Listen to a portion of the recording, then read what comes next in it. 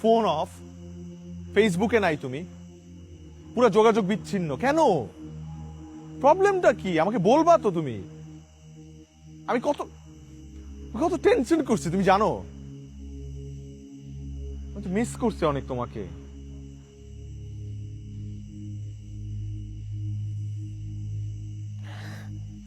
অনুপ,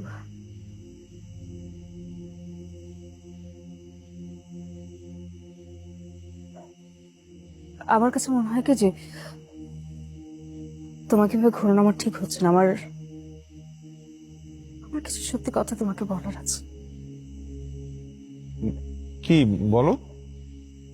আমি এবার ঢাকা এসে কিছু ডকুমেন্টস কালেক্ট করার জন্য। কিসের ডকুমেন্টস? হ্যাঁ,